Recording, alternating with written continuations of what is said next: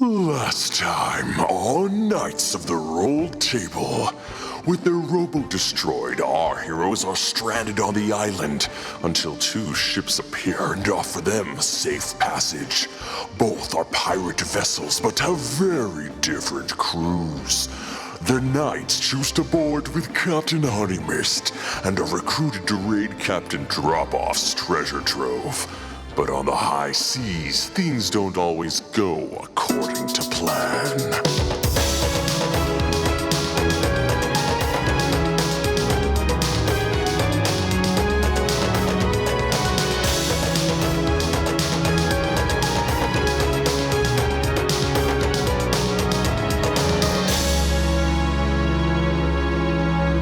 All right, so initiative is rolled. And one of the figures is going to go first. That's the figure that stood and moved toward the wall. And gravely, as you see this figure stand and move, you can tell you recognize kind of partly recognize and partly you kind of recognize the movement. And you're pretty sure, at least maybe 70 to 80% sure, that it's Bashir. From Dread X. Oh, no. Not this jerk again. And what Bashir does is he runs over and he pulls a line, which unravels, and a bunch of rigging starts to, roll through itself up in the cavern, and that sail up above your head starts to drop, and it's starting to fall down, which will eventually, cover you over the water in a few seconds, but that won't happen this turn. So you see that happening, and you definitely notice the sail up there beginning to drop, and it's Tiberon's turn. How far away are they? You don't know. You can't see a thing. They were before the lights went out. Yeah, before the lights went out, roughly. You're about 15 feet from shore, and they're probably 10. The table that they turned over is about 10 feet beyond that. Okay, and then elevation-wise, it's something we could get to? They are actually elevated a little bit, but there's a net hung down to basically be able to grab on and climb. So you could get up and grab rigging, which you'd be very familiar with climbing as a pirate. So you could get up there. Okay, great. And they haven't actually spotted us yet, right? No. Okay, great. All right, I am going to indeed climb up that rigging. All right, so you swim up, climb the rigging. Between swimming and climbing, I don't want to do all the math, but I'll say you get about 2 there, and that's as far as you can get on a turn, and you're kind of your head is at floor level, so you're still a little bit hidden. It's as far as you can get on your turn. Okay. And Maya. Okay, so I'm going to cast Fairy Fire on that area near the table. Ooh. So they're all going to light up. They have to make a dex save. The table's going to light up. Various things around there is going to light up, and they are going to make dex saves of one of them's for sure going to fail. They just fail. Both of them fail. Really? Yeah. Okay. It's a 20-foot cube, so the other guy's not within that 20-foot. If you angle it off to the side to try to catch Bashir, then sure, I'll say yes. Okay. Yeah, so they're all... So he's got to make a dex save too then. Yeah. Right? He also fails. They're all light up. What color? They're bright purple. Oh, they're bright purple. Lovely lavender. They are definitely now highly concerned as they light up in lavender hues after all the lights go out. And then Maya's going to swim to shore and try to make it at least to shore, but she's going to stay kind of right on the shoreline. She just wants to get out from underneath that thing that's about to come down. Okay, you can get out about the same distance as, well, let's see. So you wouldn't get as far because if Tiberon couldn't get within melee range, you probably would have dashed on your action. So he gets a fair bit farther up to them than Maya does. You kind of get to the bottom of the rigging. She just wants to get out from under the thing. So you get to the edge of the water. It should be. All right, Soot. Soot is terrified of being drowned, so he is just going to use his action to swim as fast as little arms can carry him to the shore. I think I only have a movement of 20. Oh, no, I have 30 because I'm a quick little guy. So swim speed of 15. So I'm going to use my action and my my movement to swim as fast as I can. So a total of 30 feet to the edge. And Yeah, so you can make it and probably a little bit up the rigging. okay, so I am hopefully safe, and that's it. That's all I'm gonna do. Okay, that brings us to the guards who can't see much, are lit up purple. It's a really lovely shade. They're probably, I think they're going to just like fire out into the water with disadvantage with their crossbows. One definitely misses. And the other one, We're just saying. yeah. So crossbows are hitting, crossbow bolts are hitting the water nearby, but none of them hit. And that will take us to Gravely. All right. Well, having seen Bashir, and that's who I cast True Strike on, because even though I didn't know it was him specifically, You had a sense. Yeah, I'll give you that. He stood up. Here's so he would why: be is easiest to because hit. I have a favorite enemy, and one of them is Knowles, as we know from season 1. The other one is Drow. I wonder why. I wonder why he would have picked that with his bully And Bashir. knowing that, I sensed something Drowish, and so I'm going to cast. I already have advantage on the roll, but I'm going to cast Hunter's Mark as a bonus action. So Pass Without Trace So goes I raise you, down. Hunter's Mark. Hunter's Mark on Bashir. And I'm going to use my movement to swim 15 feet close to the shore, try to get a better angle, and I'm going to shoot him twice. So you are still in the water.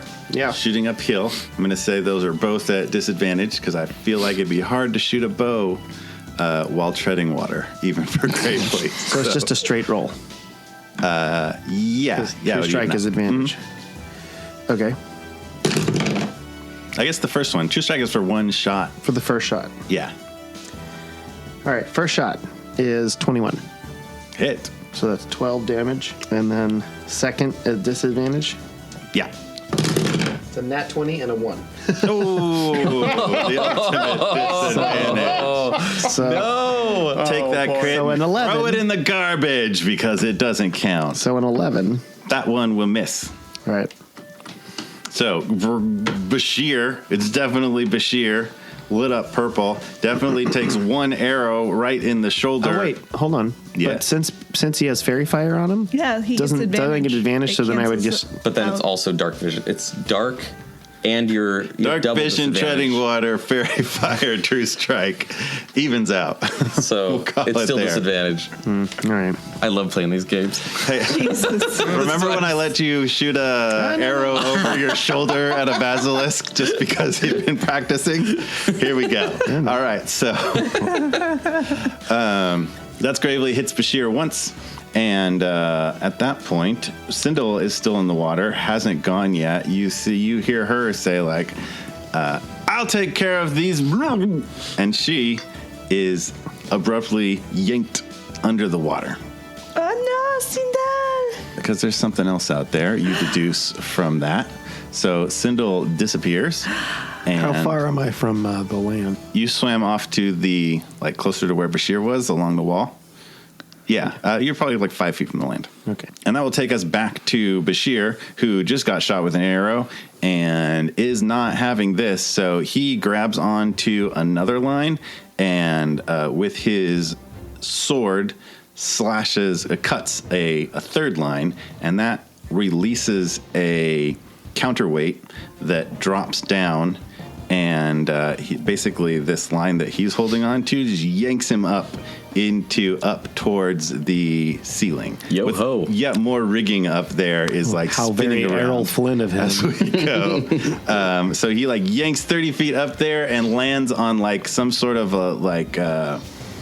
there's a step, a ledge that he lands on, and he disappears back there. At least for now, you don't see any of the purple light. If he was standing right there, you'd still see a little bit of purple glowing, but you see that sort of disappear. Back to Tiberon. So these guys are on fire, right? They are not actually on fire. Fairy fire is just they're lit up and easier to hit. So you can see exactly where they are. They Okay, cannot see you. perfect. Are they still right behind the table? Yeah.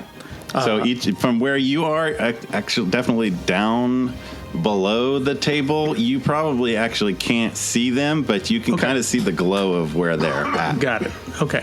But if I were to leap over the table, I would know exactly where they are. Yes, you would. Okay, great. They'd So be in your lap. I'm going to finish climbing up, jump over the table and unsheath both my, a scimitar and short sword.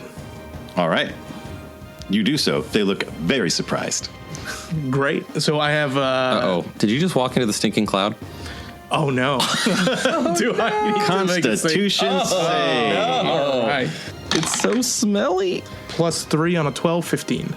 That's the save. 15 makes it. Same thing they roll. All right, so like the It barf smells comes very up, bad. but it Swallow comes it right back down. Swallow it down. Years of drinking grog has basically rendered your I've gag smelled reflex. worse things on a Yeah. pirate ship. Yeah. Oh.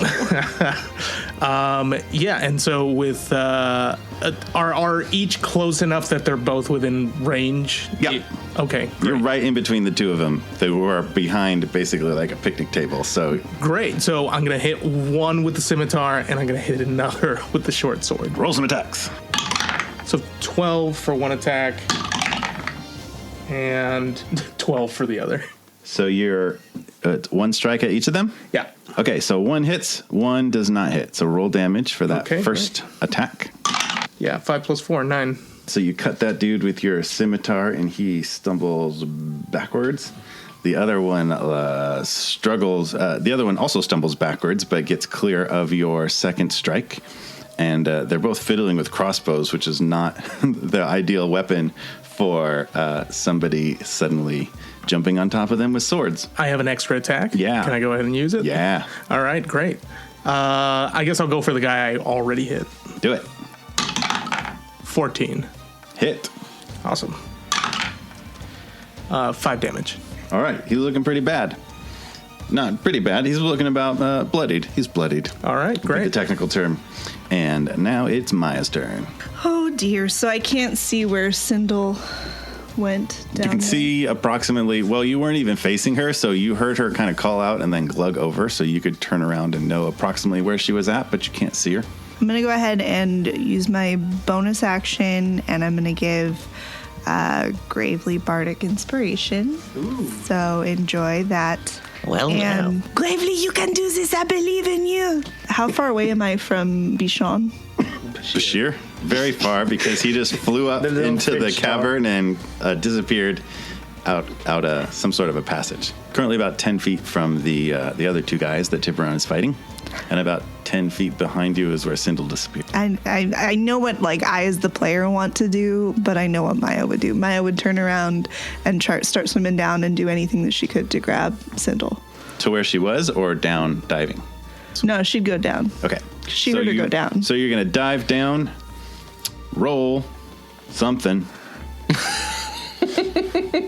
I would say first roll a perception check at disadvantage to see if you... Well, that's not great. I'm going to go ahead and use my luck feat one more time to re-roll that 4. And that's this 18. So it's a 9 and an 18. Okay, so you dive down there and your vision is blurry, but you can kind of see where something is struggling with something that you assume to be Sindel. Actually, you can see a little bit of Sindel's lit up a little bit, like she's trying to cast a spell maybe, so you can swim towards that. So that's probably a total of, so you dive down, maybe you dive down 5 feet, make that perception, see where they are. That's still about 10 feet away from you, and you have approximately 10 feet of movement, I would guess, and is swimming movement. And I'll say actually with a pretty high perception roll, you can also see something very vaguely. You can kind of see some movement down towards the bottom of something else. You know what? Let's get crazy. Yeah. It's my girl Sindel. Let's get crazy. So I'm gonna I'm gonna see if You I haven't can, had that drink yet. You don't want to lose her without if I having can that drink. reach her. I'm gonna reach her, and then I'm gonna cast Thunderstep. Ooh, dang. All right. What happens with that again? I hate that spell. Oh, it just works. So you teleport yourself to an unoccupied space you can see within range. Immediately after you disappear, a thunderous boom sounds, and each creature within 10 feet of the space you make must make a con saving throw. And then there's damage that goes with that. Where would you like to go with Thunder? I want to go right on the shore line, where I was before. All right, I'll give you that. So everybody within 10 Constitution save. feet, they have to make a con save. Oh, Antonio. All right, let's roll Constitution saving throws for. Yes, Antonio will be down there. No, Antonio. 11. What are we rolling against? 16. 15? Oh, Antonio fails. Going to take 3d10. So Antonio's going to take 19 damage. And 2 other things will also be hit down there in the water. 3 things wriggle around in the water. One of them's Antonio.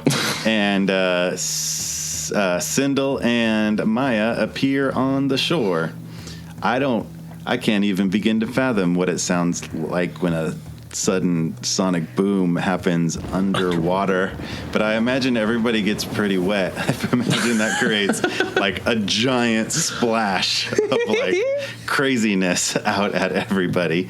Doesn't cause any damage. Probably also super loud inside a enclosed cavern, but I won't give you any like deafening effects because enough is going on. In other news, that sail is still falling down, so about now that's settling down on the water. I think Gravely's probably right at the edge of it. It might cover him, but you could easily get out from under it. Other people are now would be unable to surface with that sail settling down over most of the water. Antonio doesn't need to breathe. This really turned out to be not at all a problem. So, Soot's turn. Soot is going to approach where Tiberon is, and I'm going to stay outside of my stinking cloud. I'm going to use my whip. I'm going to whip in there. You got a whip? I got nice. a whip. All right. Because of my background. Because you're the Indiana Jones of kobolds. So I'm going to pull out my whip, and I'm going to attempt to whip one of the guys. Okay, there's one that's taking a fair amount of damage. There's one that is not. Okay, well then I'll go ahead and, whip the guy that is being attacked. Whip it good. Do it. That's a lot. It's like 20 something. Hit. So damage for the whip. 6 damage with that whip. That is literally my entire turn. Is the stinking cloud something to re-roll a Constitution saving at the start throw of on? each of their turns if they're still in the cloud. Oh. So you're going to have to re-roll it too. Sounds good. It's now these guys' turn, so... One of them Did crit, they one of them smelt it or did they not. dealt it? The one that has not taken damage is still not damaged, but the other one that's taking a lot of damage is now poisoned. He's not poisoned. He just spends his entire action retching and reeling. All right. Because of the smell. So the dude just got stabbed twice and then hit with a whip is now throwing up. His friend is fine. His friend is going to, I guess, continue to scramble backwards, and since he's already holding his crossbow, is going to take a shot at Tiberon, and he rolled a 1. So that's not going to work out. I don't think he gets slips anything. on the vomit. Oh. Yep. Our most disgusting season ever. All is well. Gravely's turn. All right, I'll get out of the water. Done. And then what I'd like to do is, seeing where Bashir went, I want to try to find another rigging that has the same kind of rope pulley system and do the same thing he did. Is there any more of those? Like if I cut a rope and hold on to it, I'll go up. Roll. It's always in the movies. There's always like 3 of them lined up. Roll perception. You ever seen a fly system in the back of a theater? There's always like 20 rails. Roll perception. Probably not perception. Are you like plus Probably 5 investigation. stagecraft? Or? Is it a D6 bardic It's a inspiration? D6, yeah. She's just a baby bard. 14. Okay, you think maybe you can grab onto one and try to cut another line, and you're at maybe 50-50 that it might do something. All right, I'll put my bow up, and I'll take out my short sword, grab on a rope, say, yep. You grab a line, that's your best bet. You cut the other thing, and a bunch of rope is now falling towards you, not off to the side where you cut that rope now, like it was definitely like strung to something up there, but now the other side of it is now like running down, falling down, which is a pretty heavy amount of rope, but it's landing behind you, and the rope you're holding on to just stays right there. I'm just like holding it, and it's like nothing's happening. You don't further looking around. That gives you a little bit more information that you don't think there's another like escape line like that. Aw.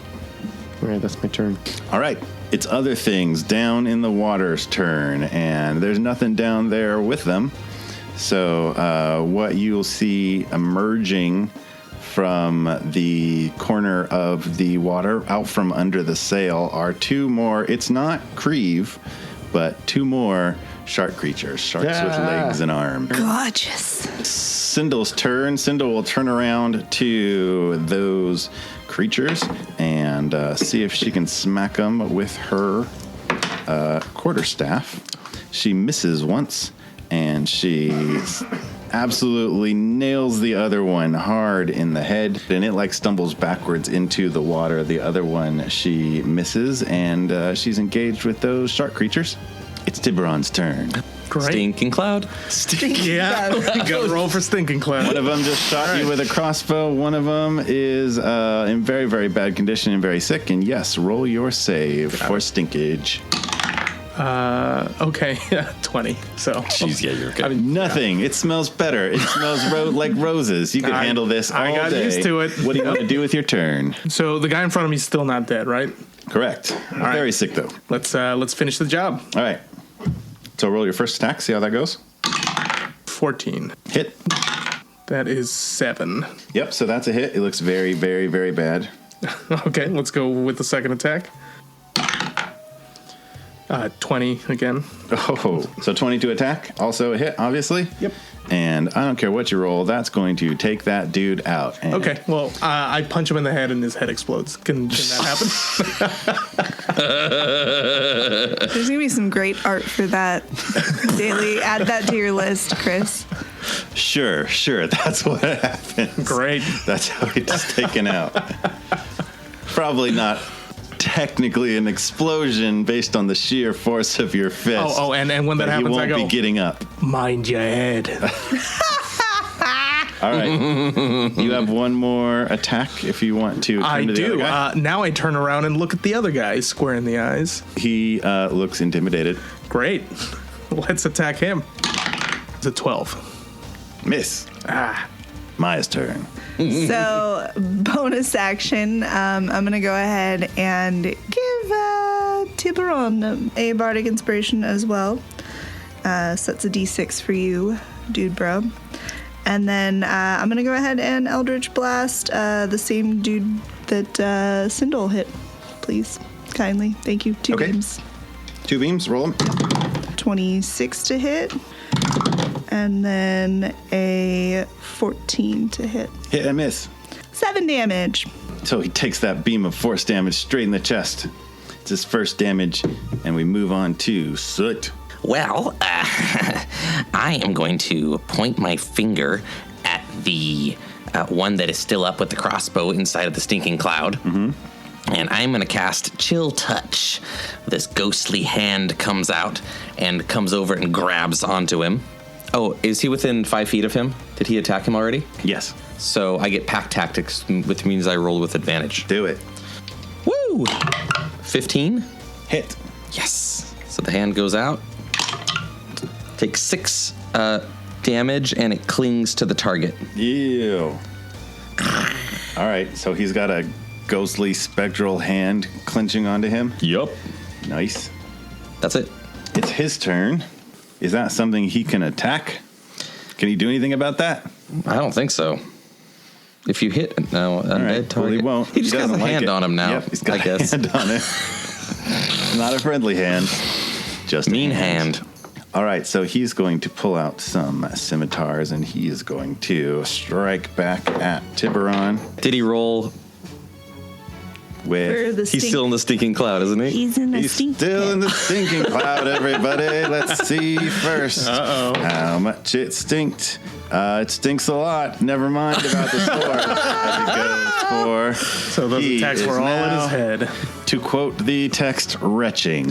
I guess that's the end of his turn. It's Gravely's turn. How far up is the rope? The rope that you're holding onto? Well, The platform that Bashir disappeared into is about 30 feet of climbing up there. And there are ropes that go not directly to that platform, but kind of near it. It's not a super climbable wall. Gravely can definitely climb ropes, but you'd get to a point that was maybe 8 feet from where you'd need to be to check out that platform. all right. I cast jump on myself. And I take a step back and I jump up 15 and a half feet. Grab onto the rope. Okay. And then use my movement to climb the rest of the way. Okay. The most efficient use of the spell jump would probably be to climb up to close to where you are and then jump pretty far from the rope over to the platform. Okay, I'll do that. So you scramble up the rope and then like super far jumps across onto the platform. Yeah, because if it's more horizontal, then it's like 30 feet. Nice. Yeah. I mean, you're going to make it. He makes it. He's up on the platform, and you can see a tunnel that goes off from the platform. You don't hear any sounds. Well, you probably do hear because it's a tunnel, but you can tell he's pretty far away.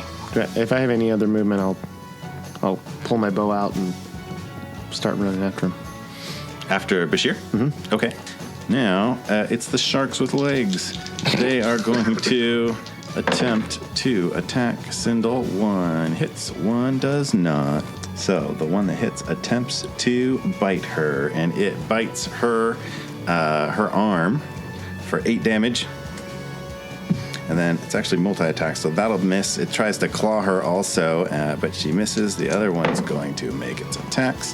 It crits, and it crits on its bite. Ouch. Going to do 12 damage of biting, so she gets bit twice by these things on either arm. That's her only damage. So now she's struggling with 2 sharks attached to either arm. She still looks pretty strong and very angry, and it's her turn. Burn it all. So she casts down at the ground at her feet a fireball. Oh gosh. Sure. This makes some Of course she does. dexterity saves. They rolled I'm a strong, independent woman. a crit and a 1 was Don't their need no 2 man. saves.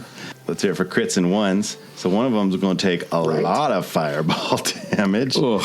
and one of them's going to take probably still relatively a lot of fireball damage. Fireball. She's also going to take some fireball damage, but as you might guess, she's pretty resistant. I'm not in range of this, am I? No, you guys are just out of it. Actually, you're not all out of the range, but actually, like, she casts this fireball at her feet and it blasts out, and like she seems to have a fair bit of amount of control over it. Like the radius that shoots out is not entirely circular; it's a little bit lopsided, so it doesn't cover any of you. It fully hits her. She's in the midst of the fire, but doesn't seem to take too much damage from it. One of these things is completely incinerated, and the other is pretty darn still burnt. In fact, yep. So the other thing is not like completely ashed, but it also is not going to bother you anymore. It like it's smoking and burnt, and it falls back into the water. The flag? Is it on top of the flag now? It probably would be. It probably would have like fallen back, so now it's like laying on top of the sail, close to the edge, so it's kind of in a puddle, but the way like water will settle on top of like a pool cover, that's kind of what it's like laying in. Oh, so it looks very excited. And the other one's completely gone, and that's Sindel's turn, so we're back to Tiberon. All right. Well, let's get this guy. So at the start of your turn, Oh, that's right. How long does Can this you not stinking undo cloud that? Is it just last? there? it's a minute. That's a lot of stinking. Even if there was make it not a go battle away. going on, that's a lot of stinking for this small area. Well, they were just staying inside of it. It's not my fault. Oh, no.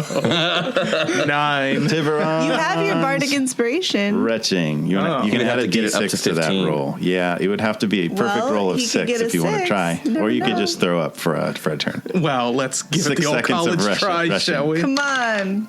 5. Okay, so I'd like to take a second now to do 2 things. Number 1, I really want to take a moment to give a huge shout out to the School for Creative Careers. We're in it.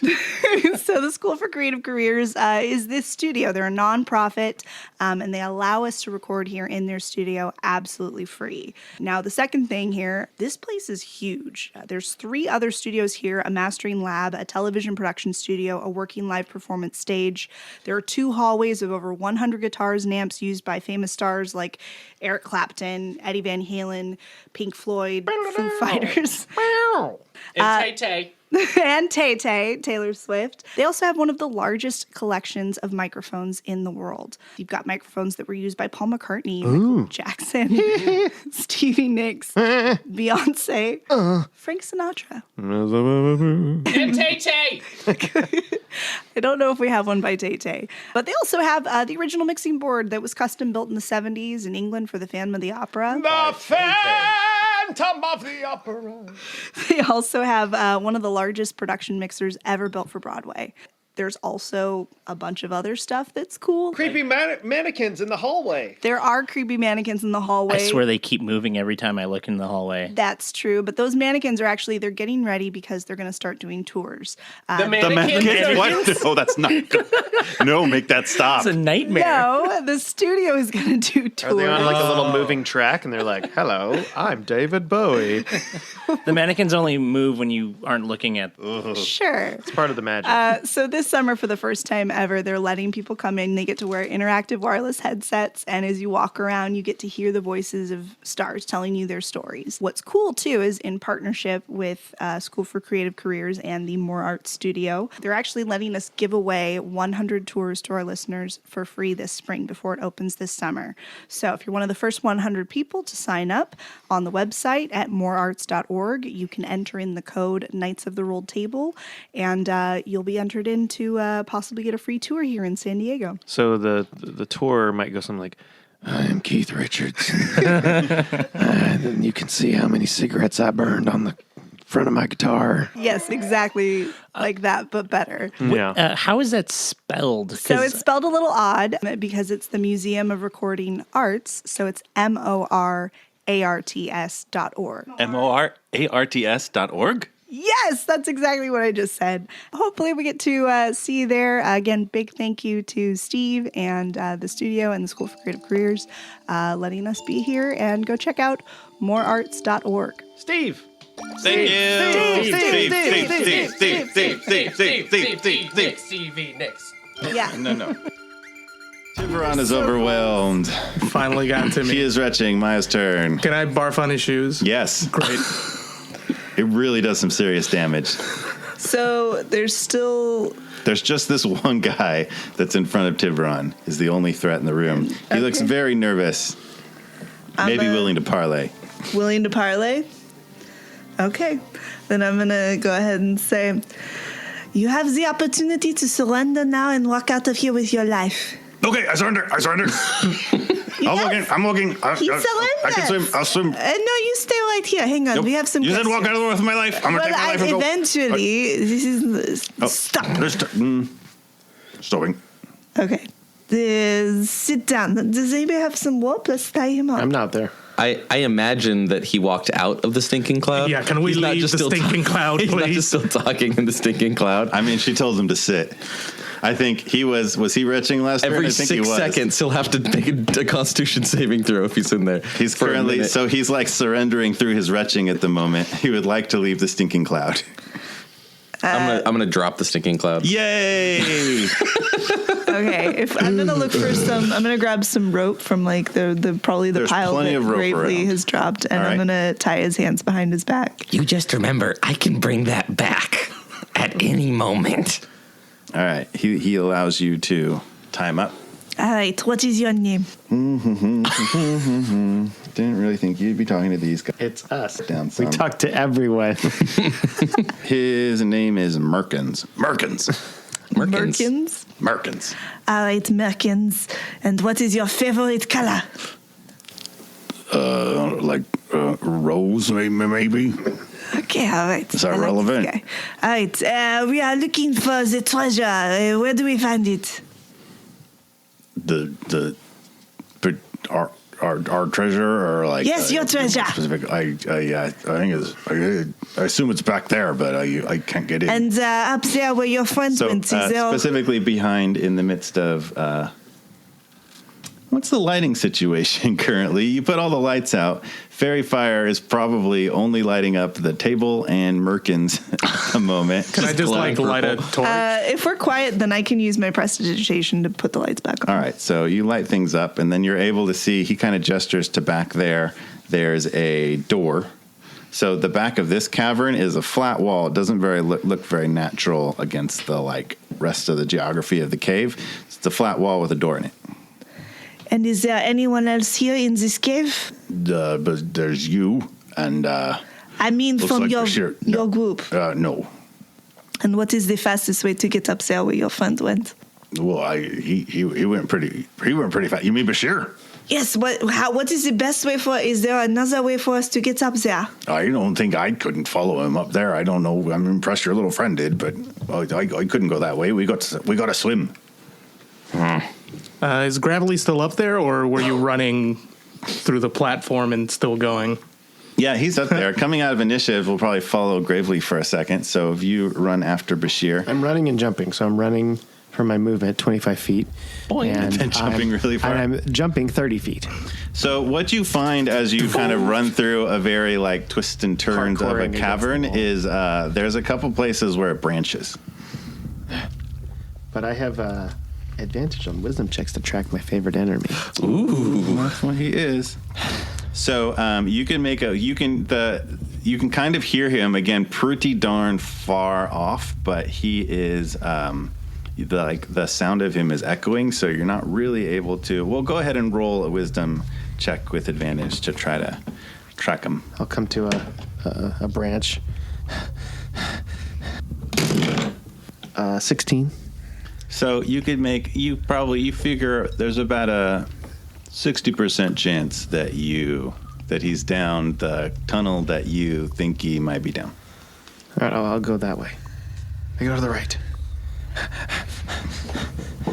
I just made up that number. I guess now I'll roll a percentage die to find out if you were right. All right. So you continue running down that way, and you're pretty sure you are right. You can hear the noise going, and then the noise abruptly stops. And you run up. You come to another branch of several. Can I make another check? Yeah. 23. So you are not hearing anything. You don't see any signs of him passing. He is also a ranger, so he's fairly good at you're good at pursuing him, and he's also very good at not being pursued. So, question: was he in the stinking cloud? Am I able to smell? No, he was clear of it. All right. Okay. Well. Okay, so you run down one of the paths for a little while, and you do not see him. You also, again, from being a ranger chasing another ranger, suspect that he went into stealth mode. Maybe he cast Pass Without Trace or did something else to mask his steps. Because he literally would like to pass without a trace right now. Ooh. You're also now very far away from your friends, all by yourself in a strange cavern with multiple tunnels. Bashir, I know you're in here somewhere. You can't hide forever. Bye. I go back. I'll walk back. I'll look for any along the way. I'll look for any signs of treasure or things that might have been dropped or something like that. Just might as well. Nothing up there. This very much seems like it's an intentional escape route through tunnels that already existed up there, which is why they're so windy. It's not just one straight line that was dug out. So he must know it pretty well. You don't see any treasure. You do see, now you're going a little bit slower looking around, you see occasional signs of where he would have passed that way, but nothing much of value as you make your way back and you emerge up on that ledge. Yeah. And you see that your friends have subdued Merkins. All right, I'll jump/climb down. He scrambles down. Oh, Gravely, I'm so glad you are okay. This is Merkins. His favorite color is kind of like a rose color. He got away. Rose, yeah. Oh, no. Well, he says it was through that door. It was Bashir.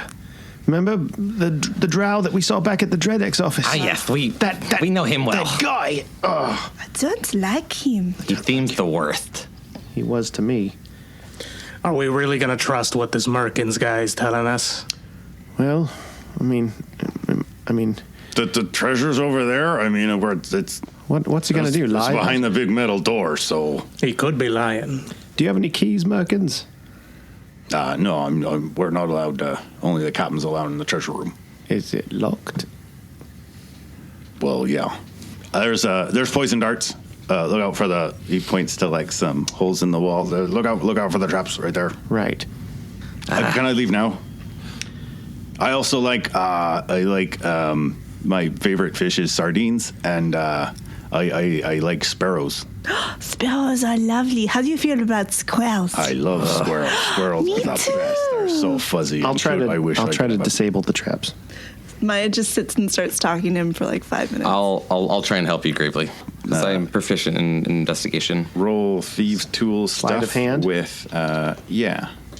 Do you already have proficiency with that? I do. Well, no, I don't. So the thieves' tools will give you proficiency. It's actually like its own skill, thieves' tools, that you have proficiency in. And then you can take advantage because Soot is like spotting for you and pointing things out. I will also roll my bardic inspiration. 19. I rolled right. a 6 on the inspiration. So with your 19 roll, I'll give you, since the traps were already pointed out, you're pretty easily able to disable those and avoid them. And you're also able to pick the locks, which are fairly simple, and pull open this big... And that is how I Give me a had. hand. Oh, my pact with Titania. I can try. Just come on. A giant squirrel? Did it look good? I mean, I thought it looked good, but the squares were upset. It was important. Tiberon, check it out. I walk over to the door. All right, so inside that door, you see a chest just sitting there, looking all treasure chesty, right in the middle. I turn around this and peek my head out the door. Chamber, I don't like it. This chamber is specifically square-shaped, like the ceiling is pretty low and also flat. It's definitely not the natural cavern. It looks like it's made of timbers. Doesn't that seem like not a lot of treasure? No, it doesn't. This has trap written all over it. I don't trust this door, but we could try. Yeah, let's stand outside the door. Let me try something. And I will try and use Mage Hand to just see if I can just open up the chest. Open the treasure chest? But while standing outside that door that they just opened. All right, so all of you clear out of the vault, the treasure room, and she mage hands the treasure chest, and big spikes fall out of the ceiling and just smash down right around everybody. Well, that Crushing was... the chest. Actually, the chest, so the mage hand, like, pretty easily, like, just tries the lock, and the lid of the chest flips up, and there's just, like, gears and levers and things in there, and that's definitely what triggers these spikes to slam down and then, like, retract up into the ceiling, which has holes in it for the spikes. I think it is a trap. Is Merkin still here? Merkins is still there, yes. He's never been in there. He's very curious. Oh, that was cool. Great. I go up. Glad to I never Merkins, tried that. And I take out my short sword, and I'm like, "We can leave you alive, but you don't need all your fingers." I do. I really like my fingers. Then talk. Okay. I also enjoy sea shanties. No, don't talk about that. No, where's the real treasure? Oh, I'm pretty sure it's in there. Captain goes in there with magic items and golds, and he comes right out without them. So It's got to be somewhere then. Well, maybe it's maybe there's a secret entrance or something. Maya'll go inside the room, careful not to touch the chest, and she's gonna just see if she can see anything along the walls. yeah, so you can see behind the chest. It's covered with planks, but you can get close enough and not touch anything and see that there's like a pool of water. I see some water over here. Perhaps it is like before, and it goes down further. Another thing of water? What's wrong with this? Is it like pool size like the other one? It's pretty small. It's about a 5-foot radius, and it's dark down there. Let's go. You don't see any light coming out of it like you did before.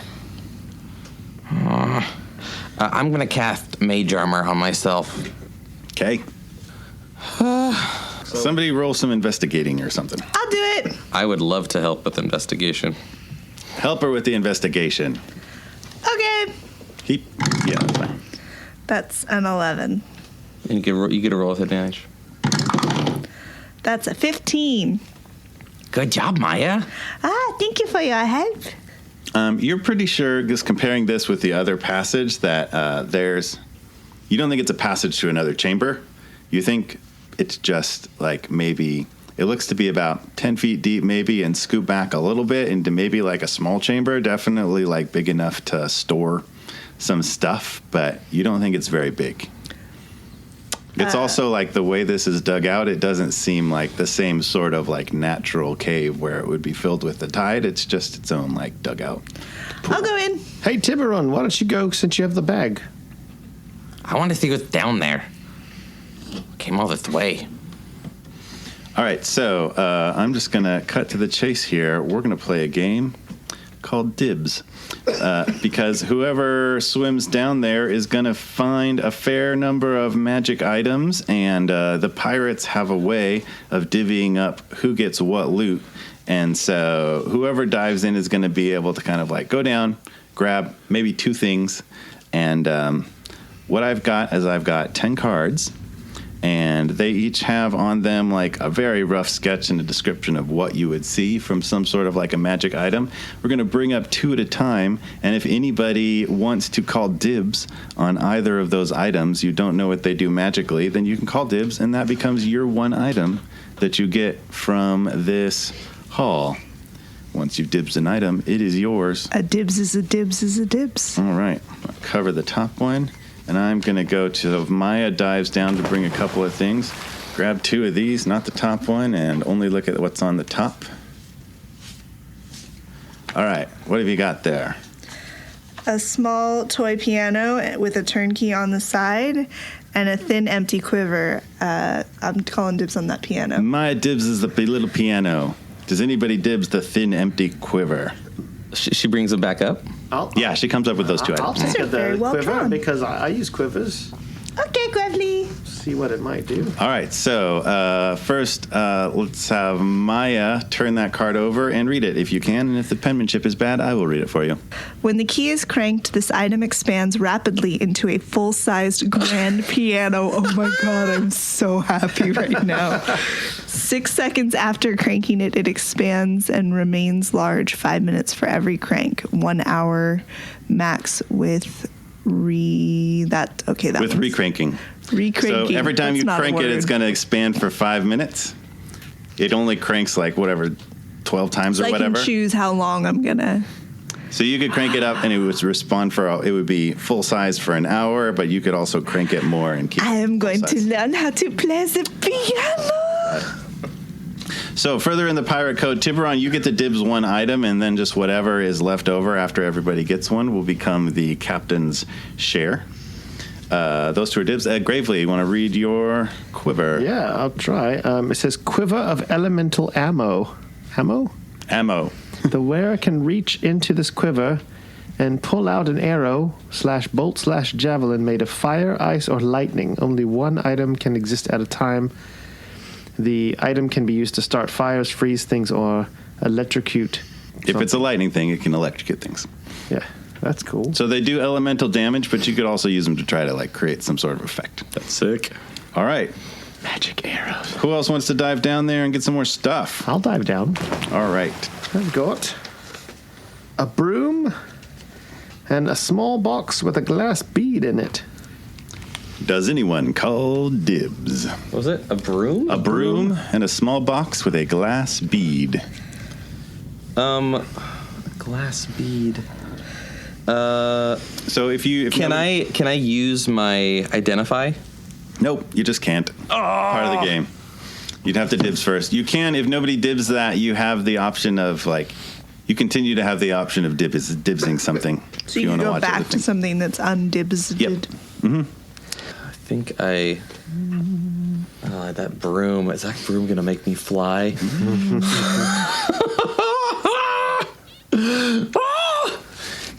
No, I'm going to take the glass bead. Oh, give the kobold the bead. Flip that bad boy over and read it. It's a bead. No. Oh, no. When this item is exposed to water, it expands into a bubble that can fit a head and allow the wearer to breathe. Oh, that's good. That's actually great for him. He hates the water. So you can breathe and you can also see underwater with it more clearly. Very, very cool. All right, so only Tiberon is not dibs. Do you want to draw two more? I'll dive in. All right. So what do you see there? I've got a trident and a sturdy pair of leather gloves. You said I could keep diving and just look at all the items before I choose, or as the only one left? Yeah, actually. Well, I haven't divin yet. Ah, it's true. Wait, no, you dibs. You got. You haven't divin. It doesn't matter really who died. You haven't divin. Didn't you dibs the bead? Yeah, he dibs, but he did not dib. It doesn't really matter who goes to get them. It's not who dives, it's who divs. So Tiberon's the last person, so you can go ahead and I'm just going to come out with a whole make a couple of trips. You also see a pinwheel, ? Ooh. A fine-looking brown leather belt with a gold buckle. Okay. A 6-ounce metal flask with a cork and a blank label. Mm-hmm. And a half helmet that covers eyes and nose. Where's Sarsa when you need her with that flask? This trident looks pretty nice, but I'm really thinking about this pinwheel. Something about this pinwheel's. I just want to know what it does. Yeah, you know what? Let's find out what that pinwheel does. All right, have a look at the pinwheel. I love that you probably just bypassed something like super useful. Wand of random attack. The fighter. I want that pinwheel. Roll a spell attack and a d6. Do I read what each one does? Yeah. Number 1 enlarges with a success. Number 2 is a gust of wind. Number 3 is ray of sickness. Number 4 is ice knife. For 5, it's Melf's acid arrow. Yep. And 6 is fireball. 3 charges a day. You're a wizard, Harry.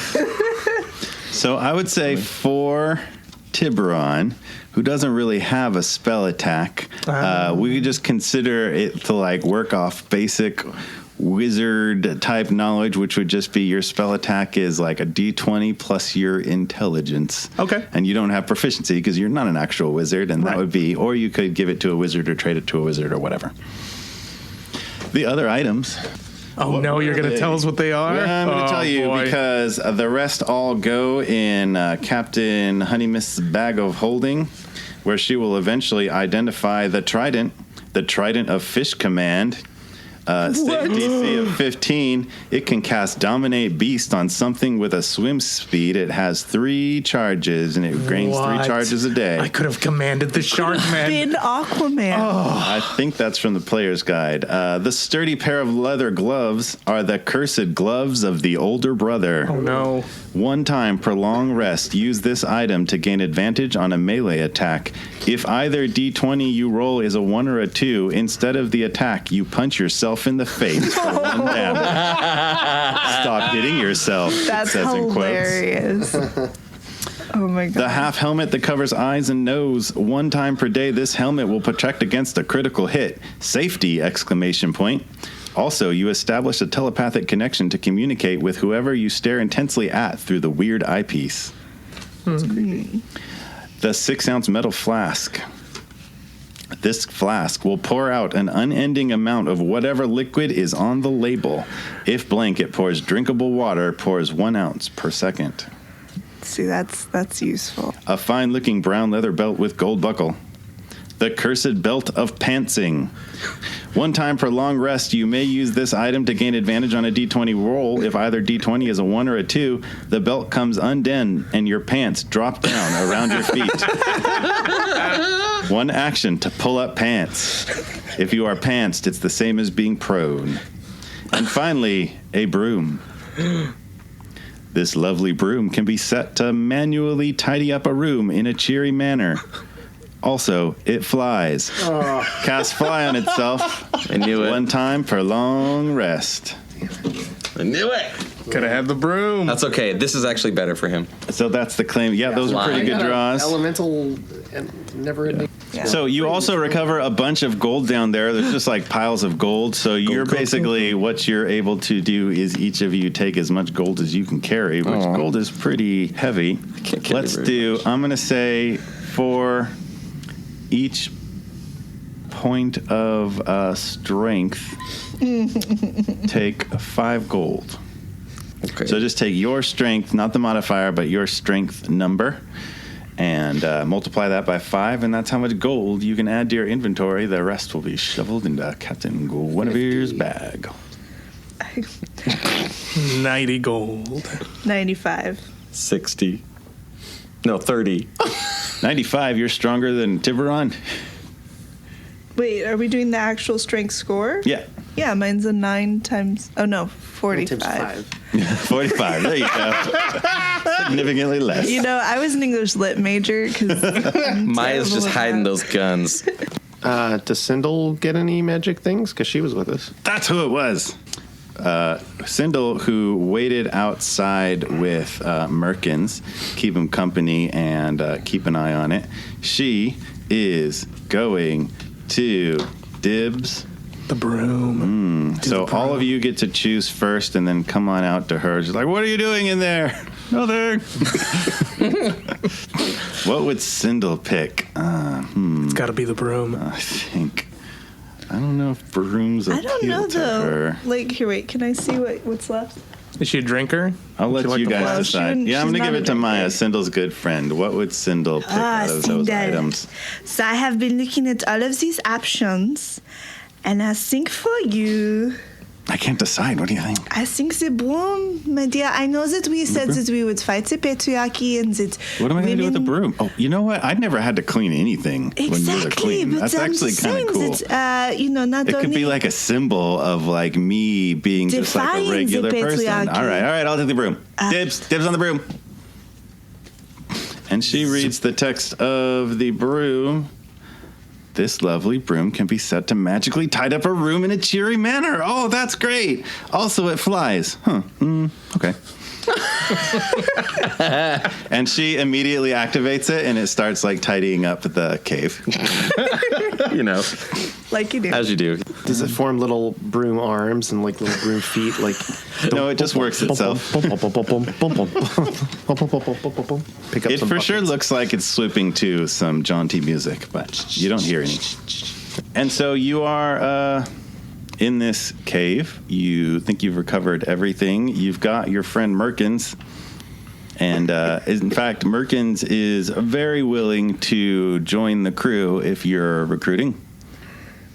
What do you Doesn't think, feel Tiberon? like Captain Dropoff's going to be super happy with him at this point. Well, we can't just let him go back to the crew and tell Come him. on, You don't Tiberon, want can that. we keep him, please? You can keep me. All right, he can come along if he can fit inside this bag of holding. What? No. I'm kidding you. I can That's swim. some pirate humor. Oh, but that's a good one. Haha. all right, come along. All right, Merkin. Now let me tell you about more about Titania. All right, so you do. You want to call the captain's. Yeah, let's activate the beeper. We don't want to try and find. He's gone. He's long this gone. year. You were up in that cave for a while. It branches off into several places.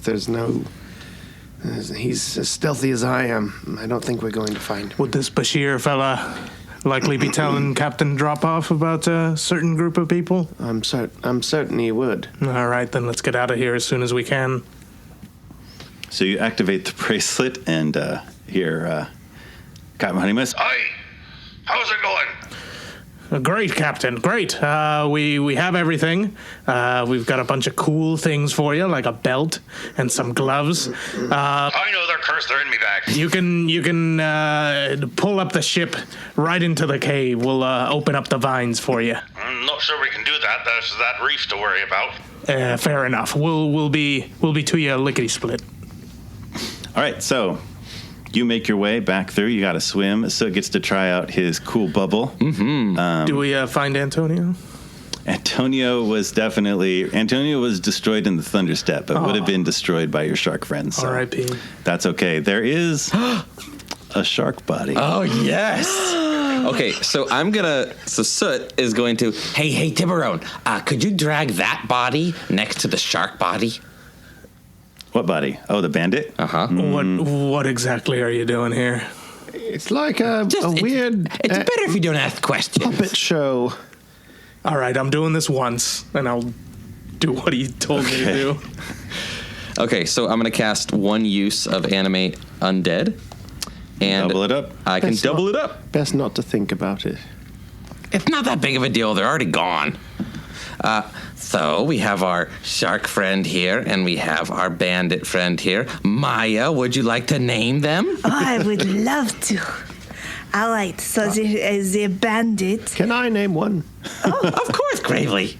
I want Go to ahead. get in on the action. You go first, Gravely. Well, I'll name the bandit Violet. Violet? It's my favorite flower. Oh, it's lovely, Gravely. That's very nice. Violet? I will name the shark person Pablo, after my favorite poet. Pablo. Violet and Pablo. I just love these names. This is so great. So Violet is our bandit, and our shark is named Pablo. Pablo the shark. That's just fantastic. Next time, Tiberon, you can name one. Yeah, I don't. That seems unseemly. You know, that's what I thought, and then it kind of catchy after a while. How does Merkins feel about watching his friend come back to life? Roll the Constitution. He definitely does the swallowing down the retching again, but he's not gonna give any complaints at this point. So you all make your way back out to the rowboat and out to the.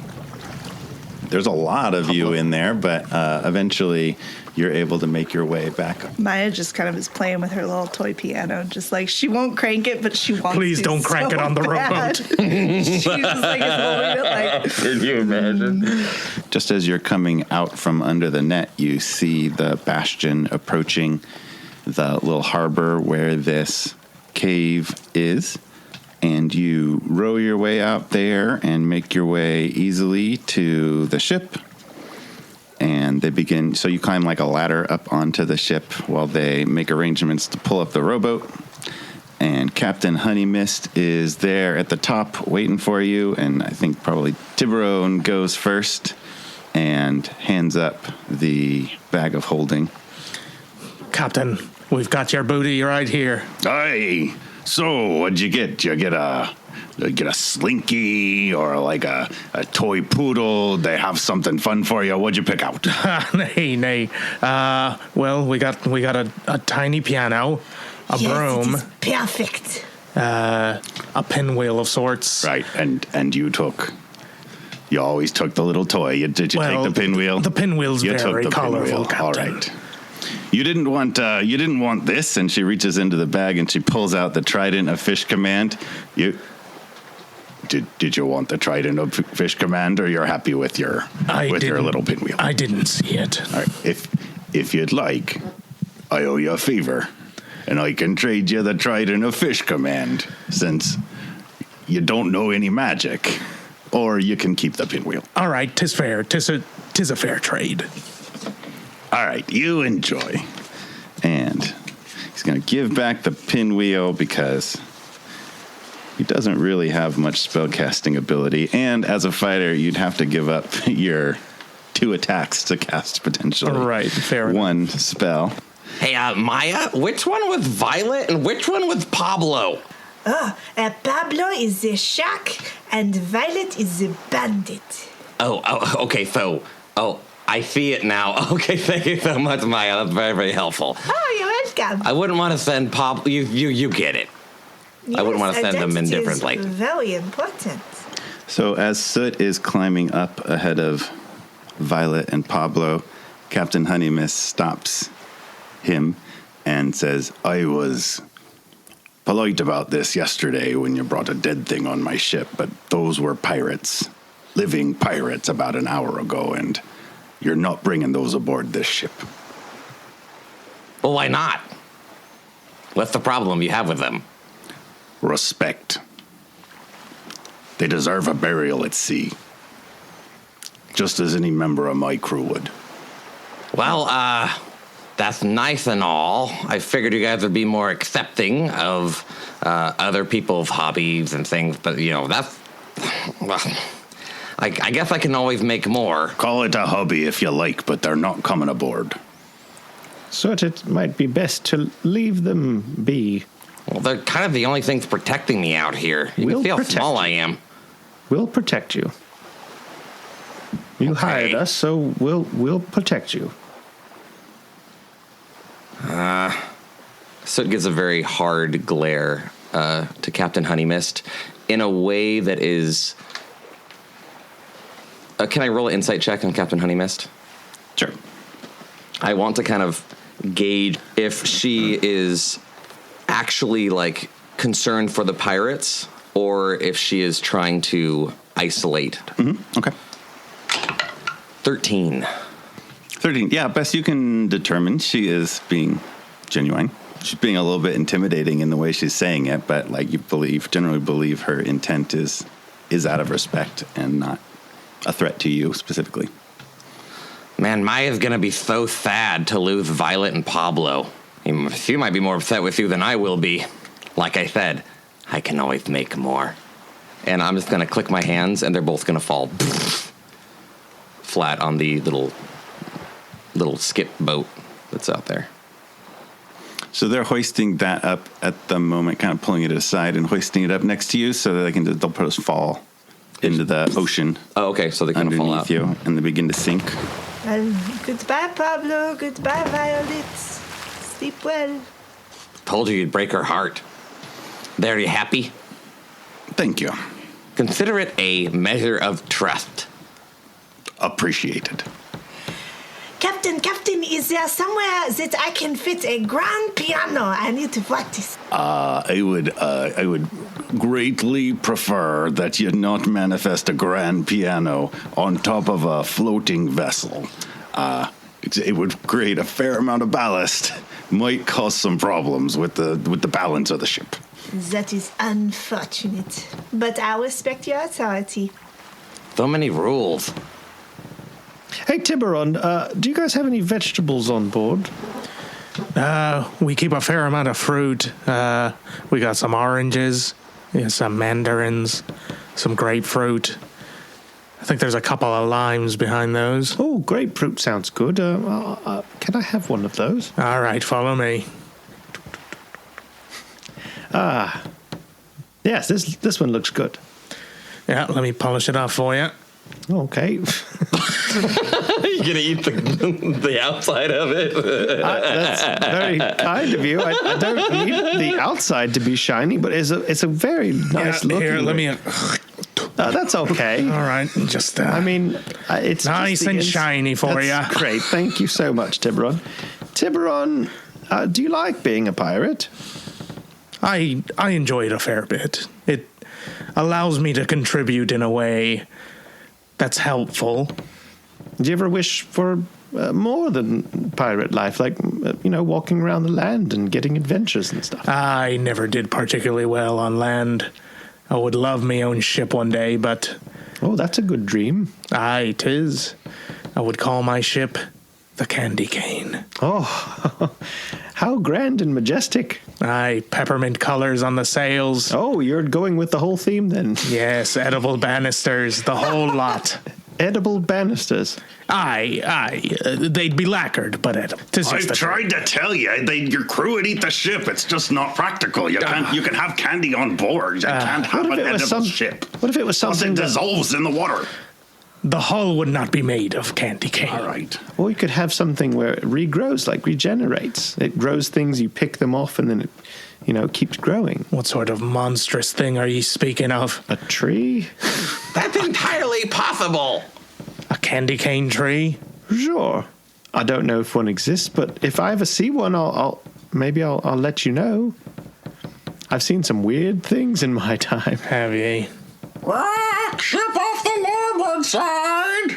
And everybody looks up, and roughly the bastion is at anchor, but they're pulling up the anchor. Everybody's making preparations to pull out. But ahead of you, coming around a corner of this harbor, you first see the very, very top mast, like the crow's nest in the top of the sails of a ship coming around. And that ship is just cresting. You can see it as everybody looks up. You can see the front of the Trident appear coming around the side, and it is coming at full speed while the bastion is, one, pointed at it, and also at a full stop, getting ready to pull up anchor and head out. So it's coming very, very fast, but it's still probably 500 or 600 feet out. It's pretty far. Gravely would recognize it as kind of like the very, very extent of even longbow range, which makes it very surprising when